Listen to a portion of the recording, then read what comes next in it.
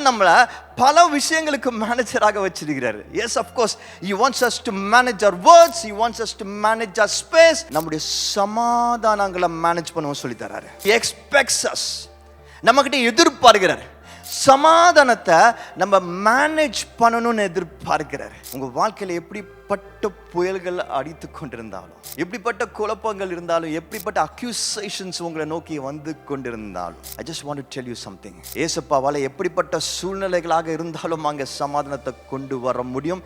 அவரால் மட்டும்தான் கொண்டு வர முடியும். Wherever we are, whatever we do, எங்க இருந்தாலும் என்ன செய்து கொண்டாலும் அந்த இடத்துல சமாதானத்தை அறிக்கையிடுகிறவர்களாக, அந்த இடத்துல சமாதானத்தை வாழ்கிறவர்களாக, அந்த இடத்துல சமாதானம் நிறைந்தவர்களாக நாம் இருக்க வேண்டும் என்று சொல்லி கர்த்தர் எதிர்பார்க்கிறார்.